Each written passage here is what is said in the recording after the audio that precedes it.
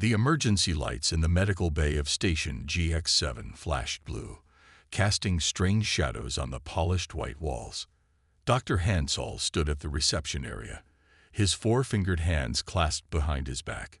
His pale green skin reflected the pulsing lights as he waited for the arrival of an unusual patient, the first human diplomat ever assigned to their station. The doctor's long neck stretched slightly as he checked the digital display above the emergency entrance. The transport ship would arrive in exactly 3 minutes. Behind him, Nurse Du-Yun moved quickly, preparing the examination room with extra care. Her silver scales caught the light as she arranged the medical instruments. "Dr. Hansol," she called out, "I've adjusted the bed temperature to human normal, 37 degrees Celsius. It seems so cold to me." Hansol nodded.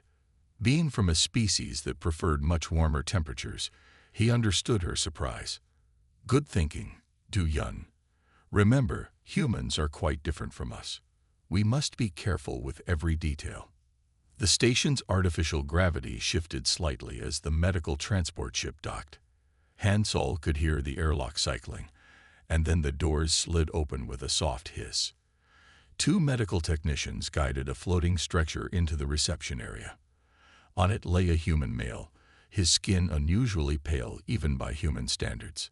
Li Jun, human diplomat, aged 35 Earth years, one of the technicians reported, handing Hansol the datapad. "He collapsed during a diplomatic meeting on level 3 2 hours ago. Initial scans showed something strange in his bloodstream." Hansol approached the stretcher, medical scanner in hand. The human's eyes were open, and despite his obvious discomfort, he managed a weak smile. "Doctor," Li Jun said softly, "I apologize for causing all this trouble." "No trouble at all, Diplomat Li," Hansol replied, running the scanner over the human's body. "That's why we're here." The doctor's large eyes widened as he read the results. The scanner showed thousands of tiny crystalline structures floating through the human's bloodstream, multiplying at an alarming rate. Du-Yun looked over his shoulder at the readings and made a surprised clicking sound with her tongue. "Doctor, these formations, they look similar to the carrion blood crystal disease." Hansol felt a chill run down his spine. He had seen carrion blood crystal disease only once before, during his medical training. It was considered incurable, with a 100% mortality rate across all known species, but that was a disease that affected silicon-based life forms. Humans were carbon-based. This shouldn't be possible. "Let's get him to examination room 1, Hansol ordered, keeping his voice calm and professional. "Run a full spectrum analysis. I want to know everything about these crystals." As they moved Li Jun to the examination room, Ambassador Song Mai arrived, slightly out of breath. She was another human diplomat, and Li's direct supervisor. "Doctor," she said, "how is he?" "We're conducting tests now, Ambassador," Hansol replied diplomatically. "Please wait in the reception area. We'll update you as soon as we know more." The next hour was filled with intense activity. Du-Yun and Hansol worked efficiently, running every test they could think of while monitoring Li's vital signs. The human remained remarkably stable, though his discomfort was clearly increasing. "Blood oxygen levels dropping by 2%, Du-Yun reported. "The crystals are multiplying faster than before. They're now present in approximately 23% of his blood volume." Hansol studied the 3-dimensional hologram floating above Li's bed, showing the crystal formation in real time. The structures were beautiful in a terrifying way, growing and spreading like frozen flowers through the human's cardiovascular system. "Diplomat Li," Hansol said, approaching the bed, "can you tell me exactly when you first noticed something was wrong?" Li shifted slightly, wincing at the movement. 3 days ago, I felt unusually tired. Yesterday, my joints started aching. I thought it was just stress from the negotiations with the Centaurian delegation. But during the meeting today, my vision became blurry. And then, I don't remember much after that." Hansol made notes while glancing at the monitors. The human's temperature was slightly elevated, but nothing alarming yet. The doctor had already sent the test results to the station's medical database for analysis and comparison with known diseases. The computer chimed, and a new hologram appeared, showing a side-by-side comparison of Lee's blood crystals with archived images of carrion blood crystal disease. The similarity was undeniable, yet there were subtle differences in the crystal structure. Du Yun, Han Sol said quietly, contact Chief Medical Officer Kita. He needs to see this immediately. While they waited for the Chief Medical Officer, Han Sol administered pain medication specially formulated for human physiology. Lee relaxed slightly as the medicine took effect, but the doctor noticed the human's hands were starting to tremble. CMO Kita arrived within minutes. He was older than Han Sol, his green skin showing the darker mottling of age. He studied the holograms in silence for several long moments, his expression growing more concerned. In 300 years of galactic medical records, Kita finally said, there has never been a documented case of carrion blood crystal disease or any variant affecting a carbon-based life form. Yet here we are. He turned to Han Sol. Have you informed Station Command? Not yet, sir. I wanted your confirmation first. Kita nodded. Good. We need to quarantine this section of the medical bay immediately. If this is somehow a mutation that can affect carbon-based life, we can't risk it spreading. Within minutes, containment fields hummed to life around the medical bay. Ambassador Songmai watched through the transparent barrier as medical staff in protective suits moved in and out through decontamination chambers. Inside the examination room, Li Jun observed all this activity with remarkable composure. Doctor, he said to Han Sol, I appreciate you trying to spare my feelings, but please be honest with me. How bad is it?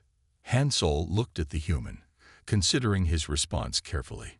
In his culture, it was customary to protect patients from disturbing news, but he had studied human medical ethics, which emphasized patient autonomy and the right to information.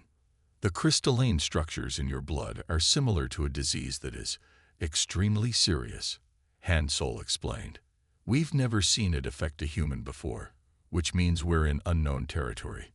But we're contacting medical experts across the galaxy, and we'll find a way to help you. Lee nodded slowly. I understand. Thank you for your honesty. He paused, then added with a slight smile. At least I'm making medical history, right? Han Sol was surprised by the human's attempt at humor in such a situation. He had treated many species over his career, but humans often puzzled him with their ability to joke even in dire circumstances. As the day progressed, more medical specialists arrived at the station, some physically and others through holographic consultation. The medical bay became a hub of intense discussion and debate as experts from various species examined Lee's case. Du Yun maintained a constant watch on the crystal formation rate. Doctor, she called out during one of the consultations, the crystallization has reached 31% of blood volume, but his vital signs are holding steadier than expected. This caught the attention of all the medical professionals. According to everything they knew about the disease, a 30% crystallization rate should have already caused multiple organ failure. Yet Lee was still conscious, talking, and even making jokes with the medical staff. There's something about human physiology we're missing, Han Sol said to Kita as they reviewed the latest data. The disease is progressing, but not exactly like the carrion version. The crystal structure is slightly different, and the human body seems to be adapting somehow. Kita frowned at the holographic displays. Continue monitoring and recording everything. This case could revolutionize our understanding of both this disease and human biology. As night approached by station time, Han Sol prepared to hand over monitoring duties to the night shift medical team. He checked on Lee one final time, adjusting the pain medication dosage. Try to rest, Diplomat Lee, he said. Dr. Jaiho will be monitoring you overnight, and I'll return first thing in the morning. Lee looked up at him with tired eyes. Doctor, if things get worse, please make sure my family gets my personal log. It's in my quarters on my datapad. You'll be able to give it to them yourself. Hansol replied firmly. We're not giving up. As Hansol left the medical bay, passing through the decontamination field, he noticed Ambassador Songmei still waiting outside. She had refused to leave, working remotely from a makeshift desk in the waiting area. Ambassador, he said, you should rest too. We'll contact you immediately if there's any change. Songmei looked up from her datapad. Doctor, I've known Li Jun for 5 years. He's not just a colleague. He's one of our best diplomats and a good friend. How bad is it really? Hansol considered his response carefully. We're dealing with something we've never seen before, but I've noticed that humans have a remarkable capacity for surprising us. Let's not lose hope. As he walked to his quarters later, Hansol found himself thinking about the strange twists his medical career had taken. When he first accepted the position on Station GX7, he never imagined he'd be treating a human diplomat for a disease that shouldn't even be able to affect carbon-based life. The station's night cycle was beginning, the lighting dimming to simulate dusk. But in the quarantined medical bay, the lights stayed bright as medical staff continued their vigilant monitoring of their unusual patient, all of them wondering what the next few hours would bring. Little did they know that the real surprises were yet to come, and that this case would soon challenge everything they thought they knew about human biology and the nature of this supposedly incurable disease. The morning shift began on Station GX7, with Chief Medical Officer Kita calling an emergency meeting. The station's main conference room was filled with medical staff, both physically present and attending through holographic projections. The crystalline formations in Li Jun's blood had now spread to cover 60% of his blood volume. Yet, somehow the human diplomat remained conscious and stable. Dr. Hansol stood at the display terminal, showing the latest scans to his colleagues. As you can see, he said, pointing to the rotating hologram, the crystal structures have evolved. They're no longer exactly matching the pattern of classic carrion blood crystal disease. They seem to be adapting to human biology. A holographic projection of Dr. Mira from the Centurion Medical Institute raised her hand. Have you tried the standard dissolution protocols? The ones we use for silicon-based life forms. We attempted a modified version. Du Yun answered, her silver scales reflecting the morning station lights. The crystals actually grew faster in response. We had to stop the treatment immediately. Kaita stepped forward, his aged green skin looking darker under the harsh conference room lighting. After consulting with specialists across 3 star systems, we have reached a consensus. The disease is terminal. The room fell silent. Based on the progression rate, we estimate approximately 72 standard hours remaining. Hansol felt his heart sink. He had spent the entire night reviewing medical records, searching for any similar cases or potential treatments. Sir, he said, the human body is still showing remarkable resilience. Their immune system works differently from any other species we've encountered. That may be true, Kite replied, but it won't be enough. We need to inform the patient and begin end-of-life protocols according to human customs. In the medical bay, Li Jun sat propped up in his bed, looking out the window at the distant stars. Despite the grim situation, he maintained a calm demeanor that puzzled his alien caregivers. Ambassador Songmei stood beside his bed, her diplomatic training barely masking her concern. The crystals are quite beautiful. Actually, Li said, watching the holographic display of his own blood work. Like snow falling in slow motion. He turned to Songmei. Have you contacted Earth yet? Songmei nodded.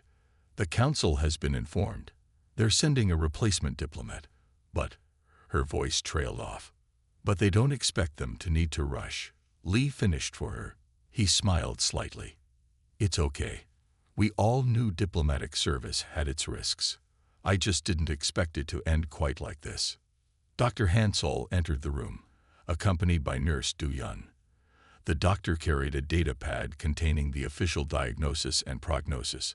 He had delivered bad news to patients many times before, but something about this case felt different. Diplomat Lee, Hansel began. We have completed our analysis. He paused, noting how the human's eyes seemed to show understanding before he even spoke the words. The crystal formation in your bloodstream is similar to a known fatal condition. We have not found a way to stop its progression. Lee nodded slowly. How long? Approximately 3 standard days. We can make you comfortable. No strong painkillers, Lee interrupted. I'd like to stay clear-headed. There are some diplomatic messages I need to record. He looked at Song-Mei, and some letters to write home. Hansol felt a strange admiration for the human's composure. In his years of medical practice, he had seen many different reactions to terminal diagnosis, but this calm acceptance was unusual. Throughout the day, medical staff continued to monitor Lee's condition while recording every detail for future research. The crystal formations had developed a peculiar pattern, creating intricate lattices throughout his cardiovascular system. By all known medical science, he should have been in severe distress, yet his vital signs remained surprisingly stable. Doctor, Du Yun called out during the afternoon monitoring session. Look at this. She pointed to a new scan showing the crystal structures. The formation pattern has changed again.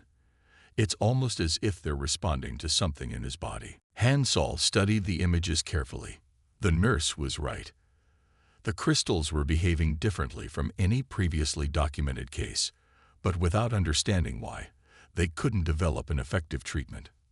Ambassador Song-Mei spent the afternoon helping Lee record his final diplomatic briefings and personal messages.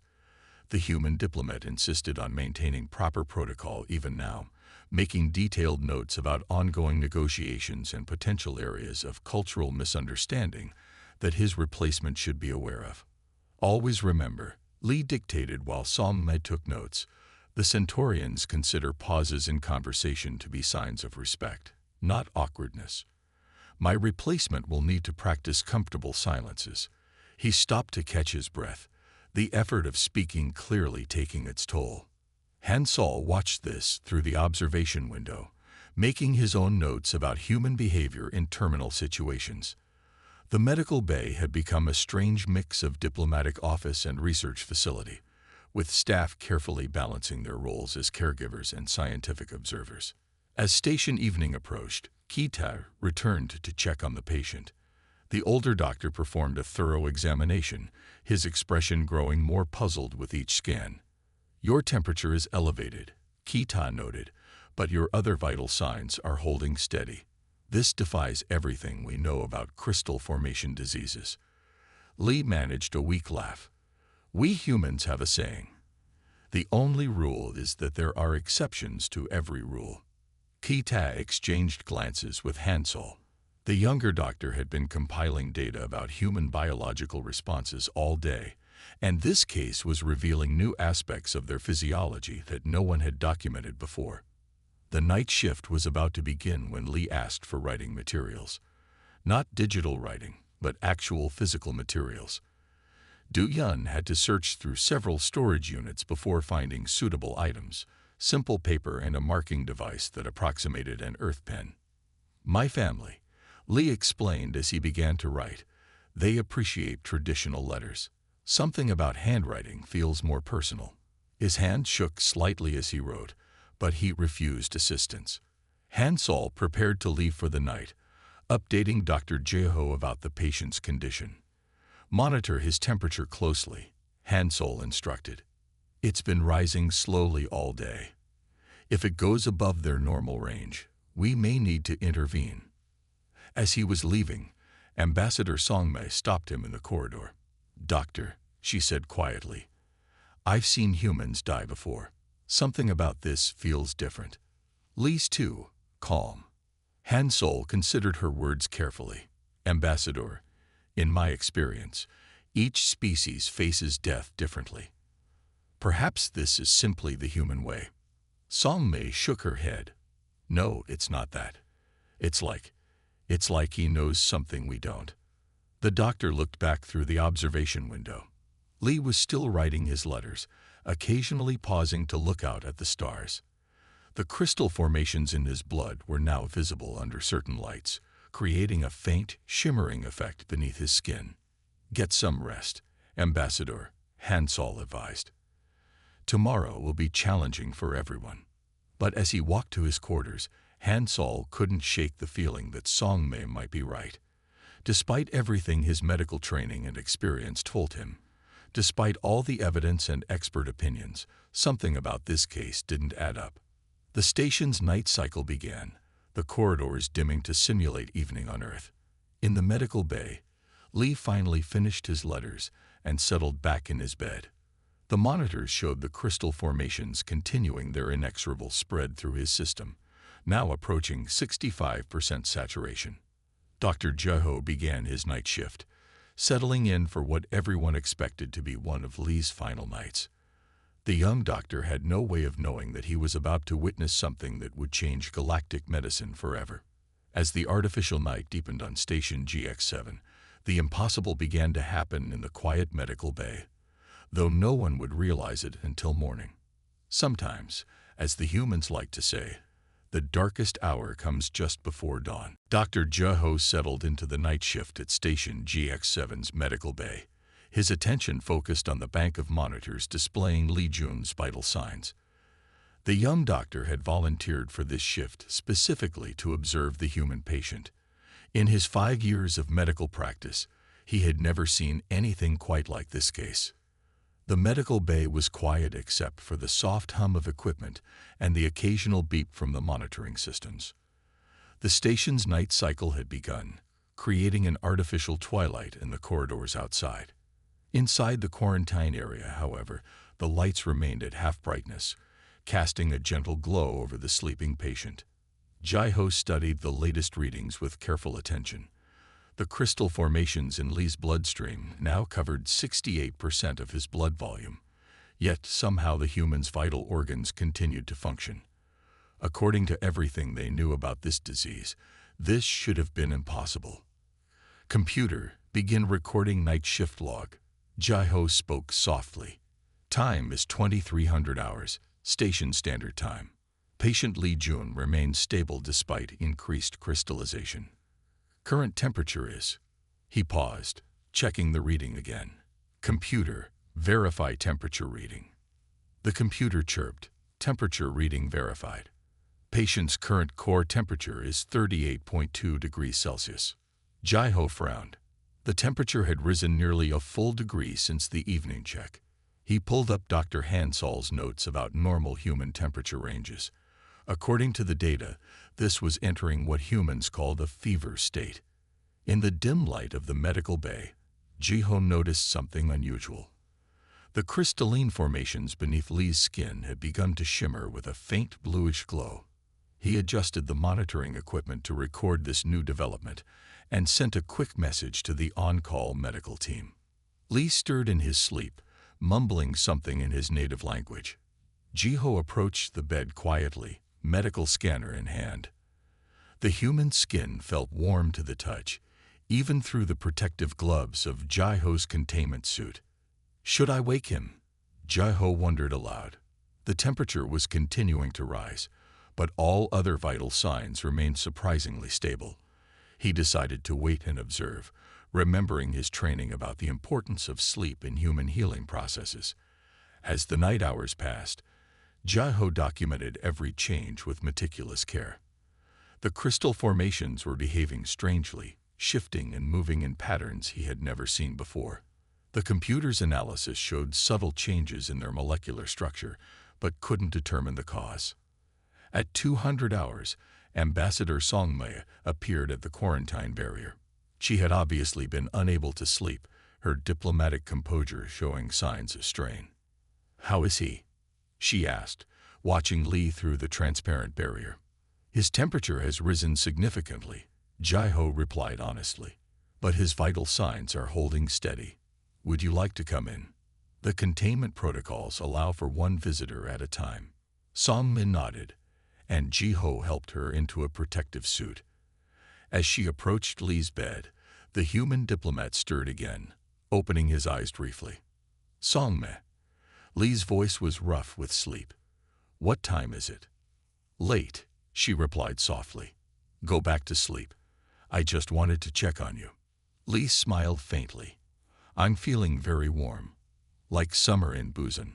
His eyes closed again as he drifted back to sleep. Jai-ho noticed that Lee's temperature had climbed another half degree. The medical bay's monitoring systems were now registering alerts, but they were calibrated for various alien species, not humans. He quickly adjusted the parameters based on the human medical data they had. Ambassador, Jai-ho said quietly, have you ever seen a human with a fever before? Song-Mei moved away from the bed to speak with him. Yes, several times. Humans often develop fevers when fighting infections. Our bodies increase temperature deliberately. This information surprised Jai-ho. In most species he had treated, elevated body temperature was a dangerous symptom that needed immediate treatment. The idea of it being a deliberate defense mechanism was fascinating.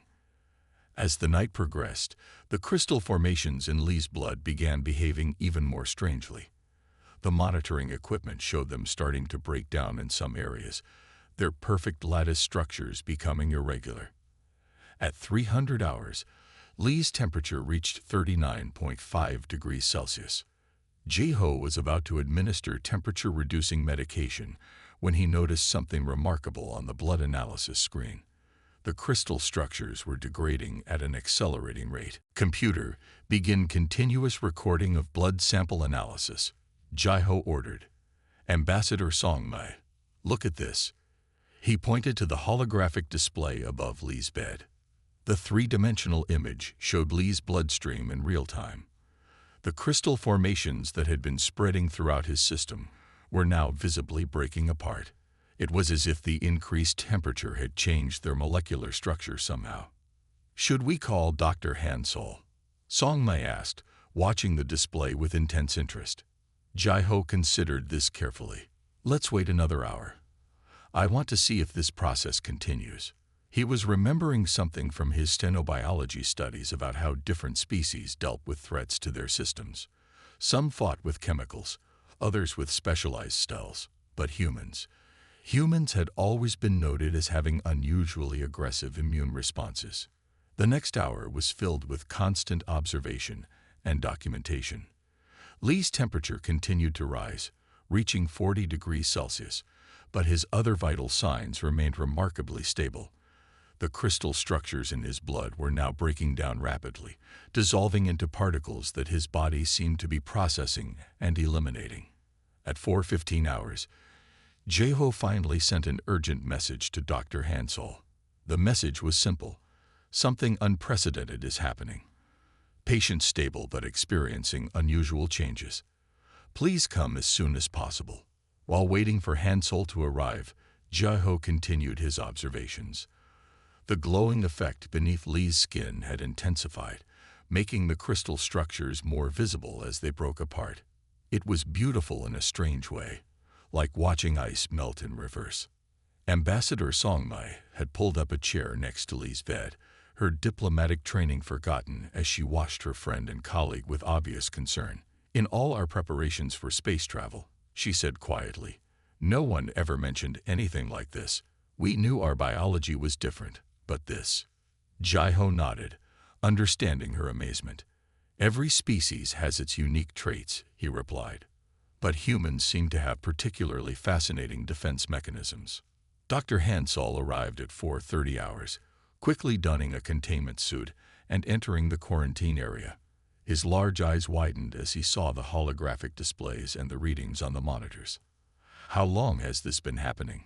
He asked, immediately beginning his own scans of the patient. The temperature increase began around 2300 hours, Jai-ho reported. The crystal breakdown started approximately 4 hours later. I've recorded everything. Hansol studied the data with intense concentration. This is unlike anything in our medical records. The crystals aren't just breaking down. They're being systematically destroyed by some process in his body. As the station's artificial dawn began to brighten the corridors outside, Lee's temperature finally began to decrease. The crystal structures in his blood had been reduced by nearly half, and the remaining formation showed signs of continuing degradation. Should we try to help the process somehow? Jaiho asked, watching the monitors. Hansol shook his head. No. Whatever his body is doing, it's working. Sometimes the best medical treatment is to step back and let nature take its course. He paused, then added, though in this case, human nature is proving far more remarkable than anyone expected. The morning shift would begin soon, bringing more medical staff and undoubtedly more amazement at what was happening. But for now, in the quiet hours before dawn, 3 individuals, 2 alien doctors and a human diplomat, watched in wonder as the impossible continued to unfold before their eyes. Lee slept peacefully through it all, his body fighting a battle that no one had believed could be won. The crystal disease that had never been cured in any species was meeting its match in the remarkable defense mechanisms of human biology. As Jaiho prepared to end his night shift, he made one final note in the medical log. Witness to what may be the first spontaneous recovery from crystal blood disease in galactic medical history. Human biology continues to surprise and amaze us. The station's day cycle was beginning, and with it would come new revelations about human resilience and the remarkable night when everything they thought they knew about this disease changed forever. The morning shift change at Station GX7's medical bay usually happened quietly and efficiently. But on this particular morning, the medical staff arrived to find Dr. Hansol and Dr. Jaiho still hunched over their monitoring equipment, their containment suits showing signs of a long night's wear. "Doctor, you need to see this," one of the morning nurses said as she entered the bay. She stopped short, noticing that their supposedly terminal patient was sitting up in bed, asking for breakfast.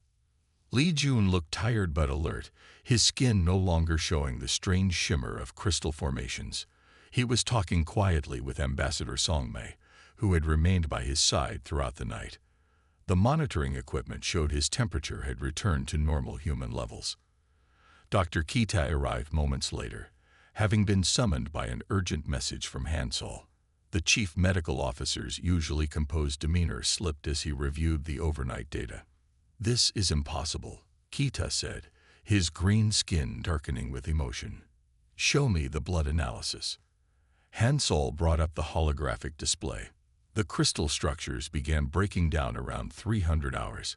Current scans show only 10% of the original formation remaining, and those are continuing to degrade. He pointed to a series of readings. It appears the elevated temperature somehow destabilized the crystal structure.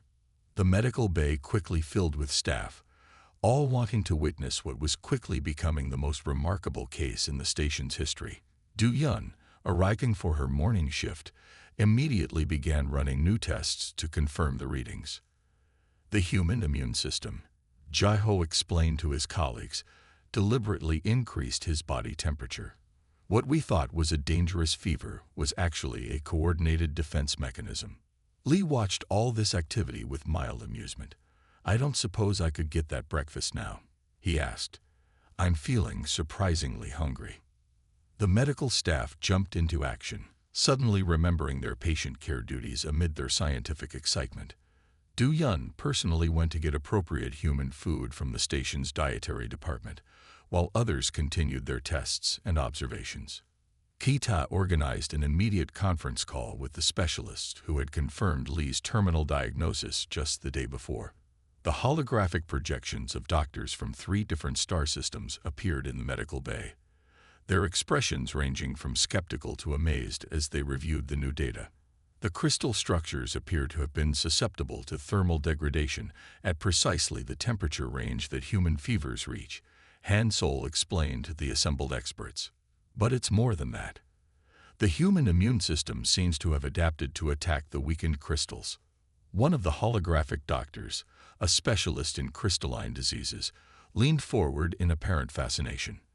"This could revolutionize our understanding of crystal-based pathogens. We need to study this process in detail." Lee submitted patiently to the continuing tests and scans, though he drew the line when one excited researcher suggested taking tissue samples. "I think my body has been through enough for now," he said firmly. Ambassador Songmei, who had finally been convinced to get some rest, returned mid-morning to find Lee sitting in a chair by the window, eating his second breakfast of the day. The crystal formations under his skin were now barely visible, appearing more like a faint sparkle than the threatening structures they had been. "The diplomatic corps is not going to believe this report," she said, smiling with relief. "We may need to attach all the medical data just to convince them." Lee nodded, finishing a bite of his meal. "I suppose this means they can cancel that replacement diplomat they were sending." He turned to Dr. Hansel, who was reviewing the latest test results. "Doctor, how soon can I return to work?" Hansel looked up from his data pad, his large eyes showing surprise. "You want to return to work? You just survived an incurable disease that's been fatal to every other known species for the past 300 years. "Yes," Lee replied calmly. "And the trade negotiations with the Centaurian delegation are scheduled to continue in 3 days. I'd like to be prepared." The medical staff exchanged glances, still struggling to understand the human capacity for resilience.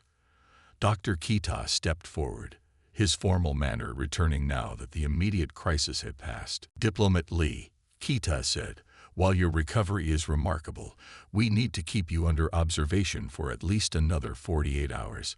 We must ensure all the crystal formations are completely gone and study this process thoroughly." Lee accepted this news with good grace, though he asked for his data pad to be brought from his quarters so he could at least review his diplomatic notes. Song-Mei agreed to handle his immediate duties and keep him updated on any developments. Throughout the day, more medical experts arrived at the station, drawn by the news of the unprecedented recovery. Each new arrival brought their own theories and questions, turning the medical bay into something resembling a scientific conference. Tu Yun maintained careful records of every test and observation, knowing that this case would be studied by medical students across the galaxy for years to come. She noticed that the remaining crystal formations seemed to be changing color as they broke down, shifting from their original blue tinge to a dull gray before disappearing completely. "It's like watching evolution in reverse," she commented to Hansel as they reviewed the microscopic imagery. "The crystals are devolving into simpler structures that the body can process and eliminate." Hansel nodded, making notes on his datapad. "The really fascinating part is how the human immune system identified and targeted the crystals once they were weakened by the fever. It's as if their bodies are programmed to adapt to any threat, even ones they've never encountered before." In the afternoon, a team of human doctors arrived from the nearest Earth colony, eager to study the case firsthand. They were particularly interested in the temperature readings from the night before, as they had never documented a fever response to a crystalline pathogen. Lee found himself answering the same questions repeatedly as each new group of medical professionals arrived. Yes, he had felt unusually warm. No, he hadn't been afraid when his temperature rose. Yes, he had slept through most of it. No, he wasn't experiencing any lingering pain or discomfort. "I think," he said to Song-Mei during a quiet moment, "that this might actually help our diplomatic relations. Nothing brings species together quite like solving a medical mystery." The ambassador had to agree. She had noticed that the usual formal barriers between different species had broken down in the excitement of the discovery. Doctors who normally maintained careful professional distance were now eagerly sharing theories and observations, united in their amazement at human biological capabilities. As evening approached, the medical bay began to quiet down. Most of the visiting experts had departed to analyze their data and prepare reports. The regular station medical staff continued their monitoring, though now with more curiosity than concern.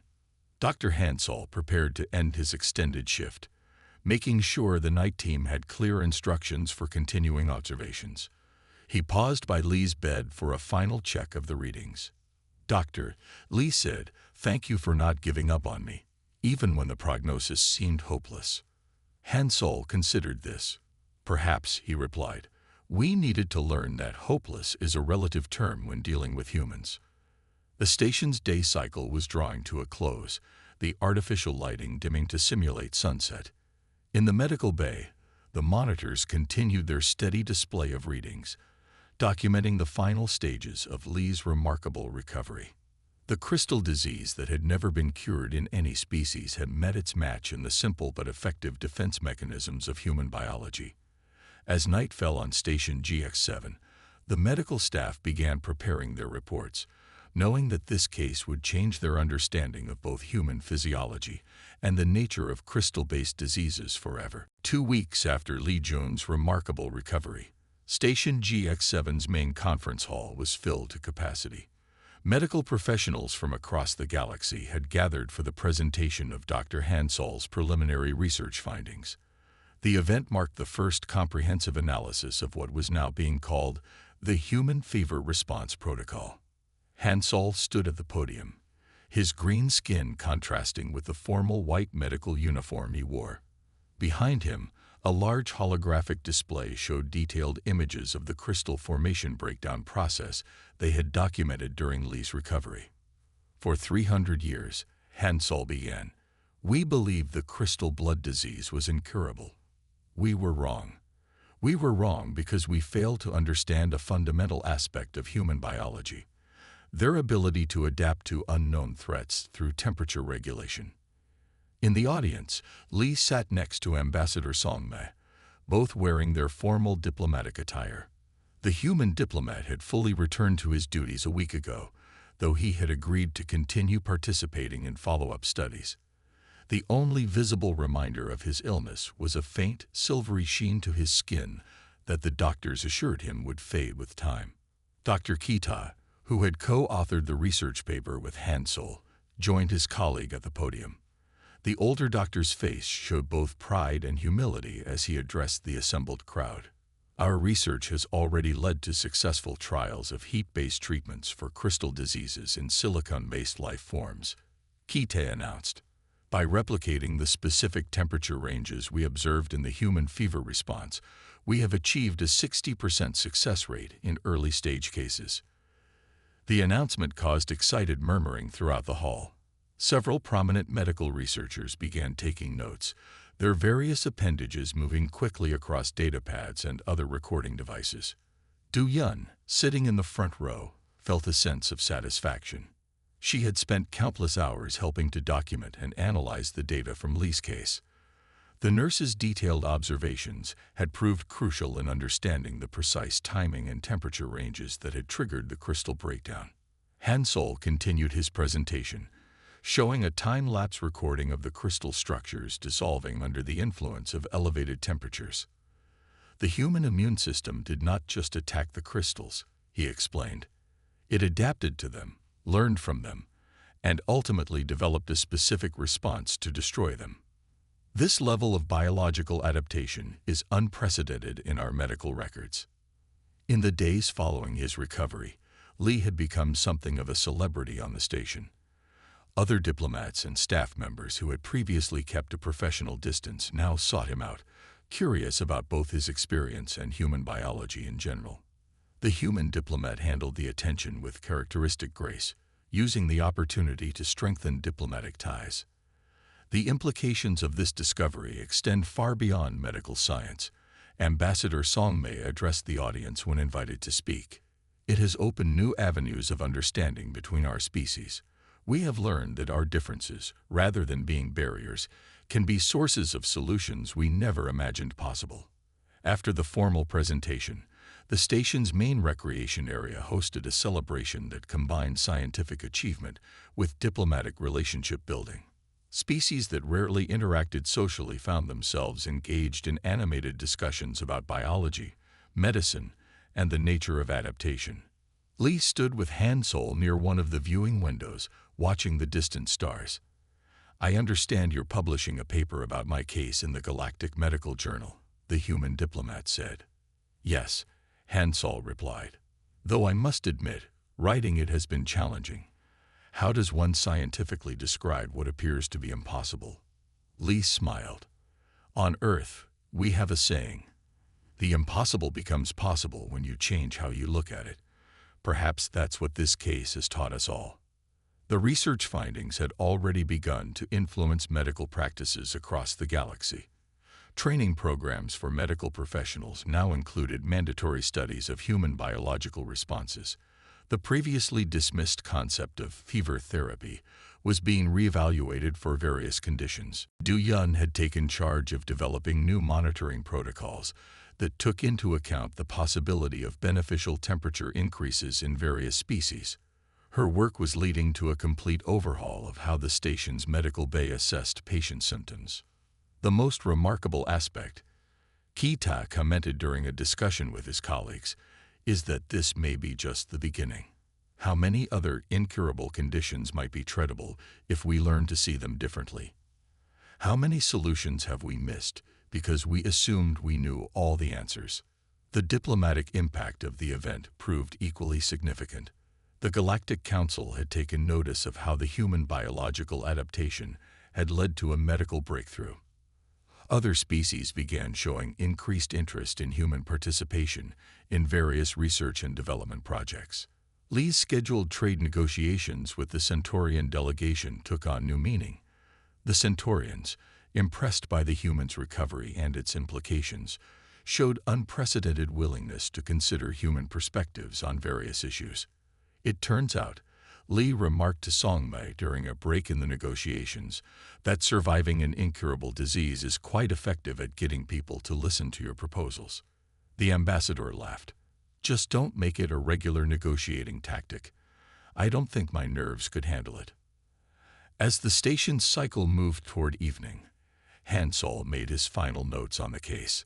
The medical bay had returned to its normal routine, though the experience had permanently changed how they approached patient care. They had learned to question their assumptions and remain open to unexpected possibilities. In his private quarters, Li looked at his reflection in the mirror. The silvery sheen on his skin had faded slightly, but he didn't mind its presence. It served as a reminder of humanity's remarkable capacity for survival and adaptation.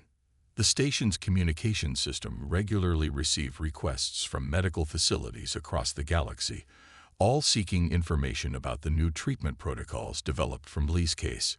Each inquiry was carefully answered, with Hansol and his team sharing their findings, while emphasizing the importance of continuing research. 6 months later, the Galactic Medical Council officially revised its classification of crystal blood disease from incurable to treatable. The new entry in the medical database included a detailed description of the human fever response and its role in breaking down crystal formations.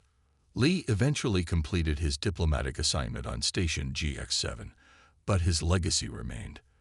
The medical bay named its new research wing after him, dedicating it to the study of cross-species medical solutions. The plaque at its entrance read, "Where the impossible becomes possible." As for Dr. Hansol, he never forgot the lesson learned during those crucial hours of Li's recovery. In his final report on the case, he wrote, "The greatest danger in medical science is not in what we don't know, but in what we think we know for certain. The human capacity for survival taught us that miracles often hide in plain sight, waiting for us to see them with new eyes." The story of the human who survived the incurable disease became part of station folklore, shared with each new arrival. But more than just a story, it served as a reminder that in the vast expanse of space, understanding between species could come from the most unexpected sources, and that what seemed impossible might simply be waiting for the right moment to prove otherwise.